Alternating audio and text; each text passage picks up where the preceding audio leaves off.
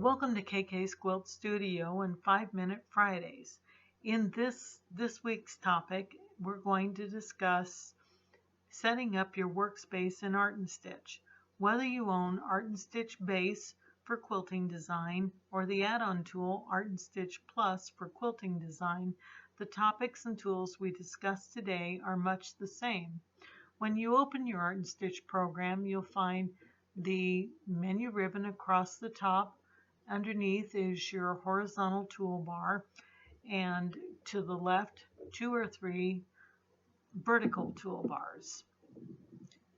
To the right, you'll find your properties panel with information about the design you're currently designing or going to be working on. The navigator screen is a loose window which can be drug around by left-clicking, holding your mouse key, and moving the navigator screen to the side. I usually like to keep mine over here by the properties panel.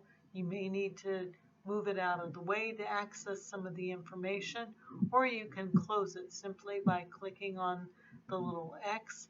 If you need to restore the navigator tool, it can be restored by simply clicking N for navigator on your keyboard, and it will pop right back up.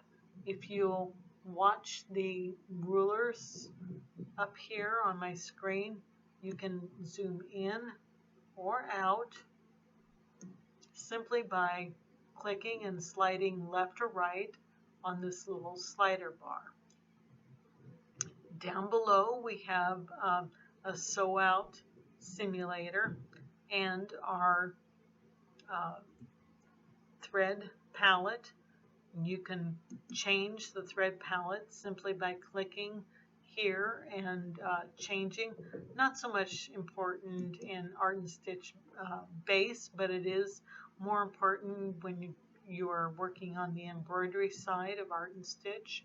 You can change in between the preferred threads. So I currently have on my workspace, I have the grid lines turned on. Grid lines can be easily accessed on your horizontal toolbar by clicking on and off the tool. By clicking activates it. There's also a diagonal grid available. You can have both on at once or just a diagonal grid. It's up to you. Some people like their grids on, or some people like them off. I like mine on usually when I am designing. It just gives me a good reference point.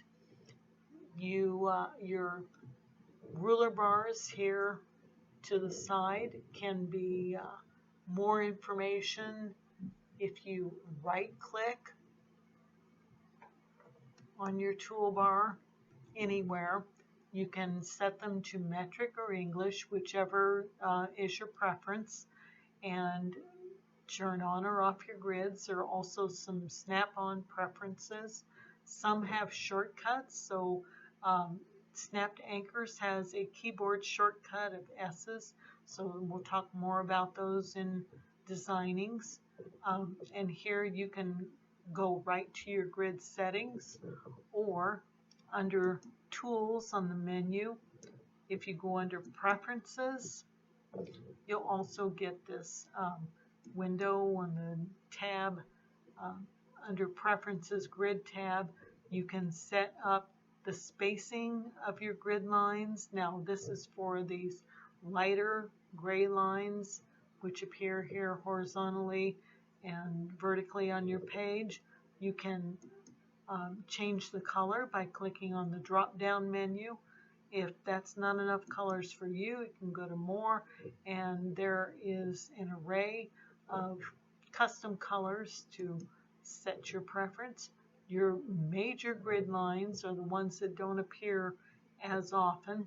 I have them to set to every 4, so that's every 2 inches for how I have this set up. You can set up the spacing I have them set 0.5 for half an inch, 0.25 for every 1/4 inch, whatever your preference is. Options again are those snap to, which I said are drawing assist tools. If you click them within here, those are going to be set up so every time you turn on your or open up the Art and Stitch program, those are going to be set.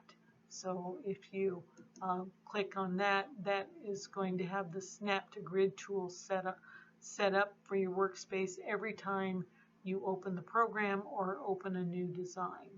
So click OK to save your preferences and go back to your workspace. Also, on the toolbars, you can drag down further guidelines to help you in design placement or drawing placement simply by left clicking on the ruler bar and dragging down a line and drag it horizontal or vertically. You can clear these. You see when I hover over a guideline, I get that little arrow in addition to my mouse tool. You can return the guideline to the ruler bar, or by right-clicking, you can remove all the guidelines. You right-click on your ruler. The background of your workspace is also changeable by going under View on the menu ribbon, and you can notice you can change it to a fabric. It's currently set at a color. There are fabrics loaded into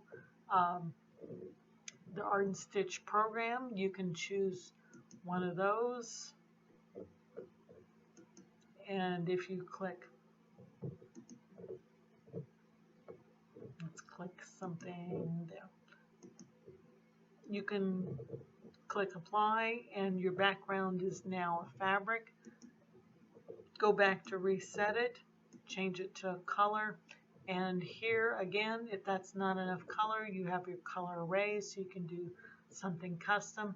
The default on the program is white. If it's too glaring, change it to gray. But what happens? You have your minor lines, your grid lines set to gray. So you'd have to go in and change those to something else, or change the background back to a white. So just remember, your lines are all changeable, colors are all changeable, and you can set it up to your personal preferences. I hope you've enjoyed learning how to set up your workspace, and you'll join us for the next 5 Minute Friday.